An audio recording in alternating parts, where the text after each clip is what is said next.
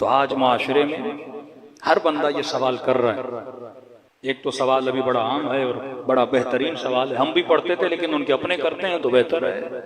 बहुत सारे ऐसे मोटिवेटर स्पीकर हैं जो सवाल कर रहे हैं। सबसे बड़ा सवाल है उलिल अम्र का सवाल। अतीउल्लाह, अल्लाह की इताअत करो, व रसूलो, अल्लाह के रसूल की इताअत करो। तीसरी इताअत व उलिल अम्र मिनकुम, हर मुसलमान पे अल्लाह की इताअत वाजिब, हर मुसलमान पे रसूल की इताअत वाजिब। तीसरी इताअत है उलिल अम्र की इताअत। तो उस मोटिवेटर स्पीकर ने मुफ्ती को मुंह पे मोल दिया, कहा कि जितना मुस्लिम मुआशरा तबाह हुआ है तो मौलवियों की वजह से तबाह हुआ है। आप पूरी तारीख उठा ले मुसलमानों की, आपको कोई ऐसी तहरीक मुसलमानों की नजर नहीं आती जिसे किसी मौलवी ने लीड किया हो। किसी हाकिम के मुकाबले में कोई मौलवी खड़ा हुआ, किसी बादशाह के मुकाबले में कोई मौलवी खड़ा हुआ, किसी बहुत बड़ी तहरीक में कोई मुफ्ती आगे हो, नहीं मिलता। एक छोटी मोटी तहरीक आपको पाकिस्तान में मिली, इसको ताहिरुल कादरी साहब ने लीड किया और ऐसा बेचारे बेजार हुए, कभी पाकिस्तान का रुख ही नहीं किया। अब कसूर उनका नहीं है भाई, जब सदियों से आपने अपनी आवाम को यह बताया कि हाकिम उलिल अम्र है, फिर उन्हीं लोगों को हाकिम के खिलाफ जमा कर रहे हो, कैसे होंगे? मौलवी की बयान में कंट्रोडिक्शन है।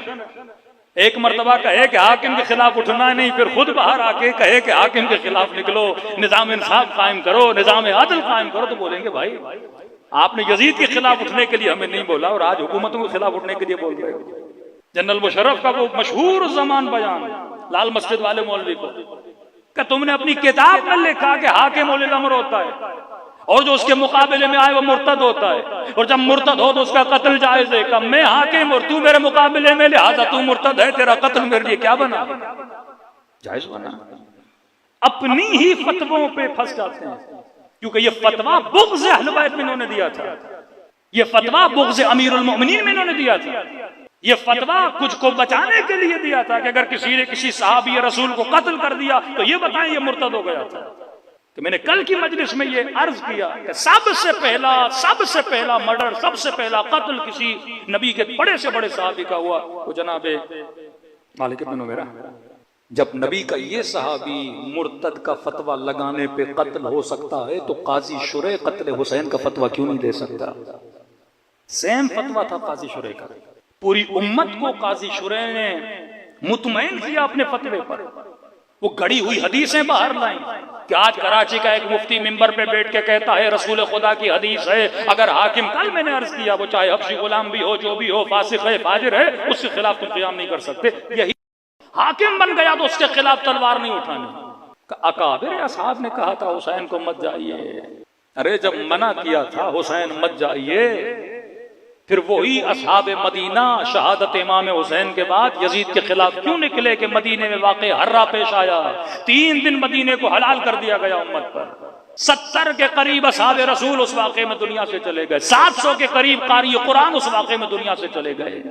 तो ये आज के मोटिवेटर स्पीकर अपने जवानों को बेदार कर रहे हैं, और अगर उनको कोई स्ट्रेटेजी समझ आ रही है, वो स्ट्रेटेजी अहले बैत अलैहिस्सलातु वस्सलाम के मकतब की है। इताअत अल्लाह की, इताअत रसूल की, और रसूल के बाद इताअत आले रसूल की। ये कुरान ने जमानत दी है कि इन्नमा युरीदुल्लाह लियुज़हिब अन्कुम अर्रिज्स अहलल बैत व युतहिरकुम तत्हीरा। सल्लल्लाहु अलैहि मोहम्मद व आले मोहम्मद।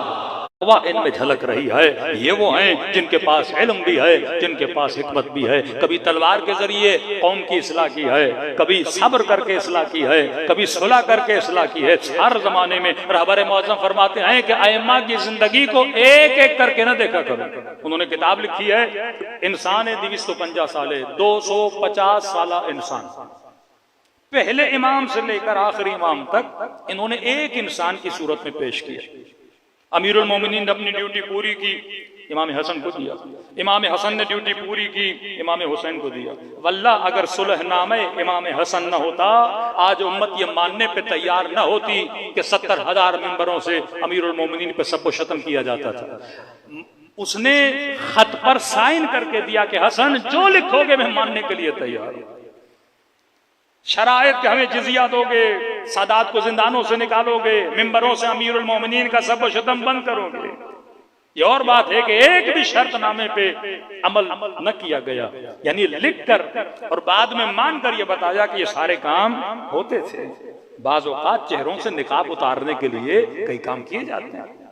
तो तारीख लिखती, अगर ये सुलह इमाम हसन न होती, उस वक्त इमाम हसन की जान को भी खतरा था, इमाम हुसैन की जान को भी खतरा था। सिलसिले इमामत चलाना है। बाज़ मुमिनीन समझते हैं हर चीज मौजज़े से चलती है। नहीं मेरे अजीज, अमीरुल मोमिनीन के घर पे हमला हुआ, रिवायत के जुमले मौला फरमाते मुझे ये खतरा था, डर था कि हसनैन इनके कदमों में आके कहीं दुनिया से न चले जाएं। इमामत को भी बचाना है, पैगामे रिसालत को भी बचाना है। जंगों में एहतियात से अमीरुल मोमिनीन अपने बच्चों को भेजते थे। वो मैंने बताया मोहम्मद इब्न हनफिया का वाकया। ये नस्ल बढ़नी है इमाम हसन से और इमाम हुसैन से। बेटी इमाम हसन की, बेटा इमाम हुसैन का, आपस में शादी करते हैं, फिर इमाम ज़ैनुल आबिदीन की नस्ल आगे बढ़ती है। हसन और हुसैन की नस्ल से नस्ल इमामत चली है। और आखिरी इमाम को खुदा ने पर्दे गैब में क्यों डाला? क्योंकि आखिरी हिदायत और सिर्फ कौन है? अहले बैत रसूल। अब चंद बातें अपने लिए कि किस मारूफ क्या है, अमर तुम बे, जिसका आपने कहा हम करेंगे, वल मुनकर मनही तुम अन, जिससे आपने रोका हम रुक जाएंगे। अब इस सिस्टम में ये चीज, नतीजे सिस्टम क्या है? हुकूमत इमाम ज़माना। हुकूमत इमाम ज़माने में क्या है? अदल भी होगा, हिकमत भी होगा। अगर हमारे मुआशरे में, हमारे घरों में अमर बिल मारूफ हो, बेटी को कहो जो मौला ने कहा कर, बेटे को कहो जो हुसैन ने कहा अंजाम दे, जिससे अमीरुल मोमिनीन ने रोका रुक जा। और मोहब्बत का मेयार अपनी जात न बना कि मेरी बेटी को तकलीफ दी, मेरे बेटे को तकलीफ दी, मेरा माल चोरी कर लिया, मेरे पैसे खा गया, लिहाजा मैं नफरत करूं। नहीं, हक है वापस लो, नफरत न कर। आपको तकलीफ दी है, दर्द अपने दिल में रख, नफरत न कर। नफरत का मेयार अहले बैत अलैहिस्सलातु वस्सलाम, काबिल नफरत सिर्फ वही है जिसने अली से नफरत की, जिसने रस्तब्बत यदा अबी लहबिन व तब। खुदा इतनी नफरत का इजहार कर रहा है, क्यों? क्योंकि इसने मोहम्मद से नफरत की है, इसने रसूल से दुश्मनी की है। जो जहरा से दुश्मनी करे, जो अली से दुश्मनी करे, उसके दिल में दुश्मनी रखनी है। अब इजहार करना न करना वो एक अलग मंजिल है, लेकिन दिलों के अंदर नफरत होनी चाहिए, दिलों के अंदर बुग़्ज़ होना चाहिए। मोहब्बत और नफरत का मेयार, ये पिछले साल मैंने कुरान की आयत पढ़ी थी कि यौम तरल मुमिनून वल मुमिनात यस्आ नूरुहुम बैन अयदीहिम व अयमानिहिम। क़यामत के दिन को जैसे लोगों को लाया जाएगा जिनके चेहरों से नूर निकलेगा। पूछा जाएगा वली हो, कहेंगे नहीं। शहीद हो, कहेंगे नहीं। इमाम हो, कहेंगे नहीं। नबी हो, कहेंगे नहीं। का फिर ये नूर किस वजह से निकल रहा है? कहते दुनिया में एक काम किया था। कौन सा काम किया? कि दुनिया में लोगों ने हमसे मोहब्बत की, माल की वजह से, शोहरत की वजह से, मकाम की वजह से, कुर्सी की वजह से, हुस्न की वजह से, ताकत की वजह से, लेकिन हमने उन लोगों की मोहब्बत को नहीं देखा। दुनिया में लोगों ने हमें गालियां दी, दुनिया में लोगों ने हमें अजियतें दी, लेकिन हम उनसे नफरत नहीं की। परेशान होकर पूछने लगे, अरे तुमने मोहब्बत करने वालों से मोहब्बत नहीं की, तुमने नफरत करने वालों से नफरत नहीं की, फिर तुमने मोहब्बत किससे की? फिर तुमने नफरत किससे की? का बस मोहब्बत उससे की जिसके दिल में खुदा की मोहब्बत, नफरत उससे की जिसके दिल में खुदा की नफरत थी। आज करबला जाते हो, किसने आपको जोड़ा? ये हरारतन फी कुलूबिल मुमिनीन, जितने मोमिनीन आज आपस में जुड़े हुए हैं, किस चीज ने आपको जोड़ा है? नाम अली ने जोड़ा, नाम हुसैन ने जोड़ा। तभी 2001 से ये प्रोपेगंडा, 2001 से ये प्रोपेगंडा चल रहा है कि शियों को अली के नाम पे लड़ाया जाए, किसी अदादारी के नाम पे लड़ाया जाए, कभी उसूलियों और अखबारियों का झगड़ा किया जाए, ताकि इनकी मरकजियत, इनका इत्तेहाद टूट जाए। तो फरमाया ये नाम अली, ये मोहब्बत अहले बैत हमें क्या करती है? जमा कर देती है। लाख इख्तलाफ हो जाएं, लेकिन जब हुसैन का जुलूस निकलता है सारे जुलूस में शरीक हो जाते हैं। लाख इख्तलाफ हो जाए, फिर मोमिन आके मजलिस में बैठता है। आप शायद किसी की शक्ल देखना पसंद न करो, लेकिन मजलिस में तो आओगे, वो भी आएगा, आप भी आओगे। किसी ने बेटी को तलाक दे दी, वो भी आएगा, आप भी आओगे। कोई लिबरल शिया, कोई सेकुलर शिया, कोई ऐसे दुनियादार शिया, कोई राशि, कोई पता नहीं क्या क्या करता है, लेकिन मजलिस में तो जरूर आना है। तो हम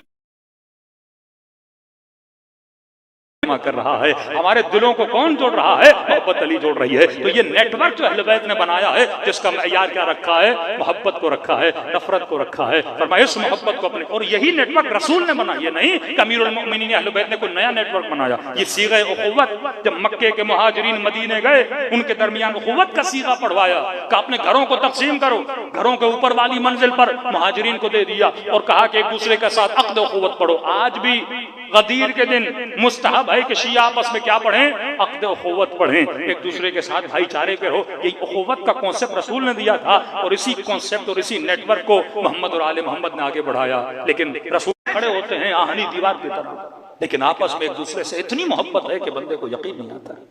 एक माँ ने 5-5 बच्चे, भाई इमाम नहीं कह रहा, इमाम का नुमाइंदा है, नुमाइंदे आम नुमाइंदे खास भी नहीं, खुमैनी कह रहे हैं, 5-5 बच्चे माओ ने कुर्बान किए, 15-15 साल के बच्चे, कि जो आपके कट्टर तरीन मुखालिफ हैं वो भी इकरार कर, डॉक्टर सरार की वो तकरीर मौजूद है, कहते जब मैंने देखा ना कि माओ ने शीरखार बच्चों को सीने से लगा के शहनशाहियत की टैंकों के सामने खड़ी हो गई, कहता उस दिन में समझ गया कि इस कौम को कोई हरा नहीं सकता, क्योंकि इस्तेमार के मुकाबले में इन्होंने हुसैन इब्न अली से दर्द सीखा।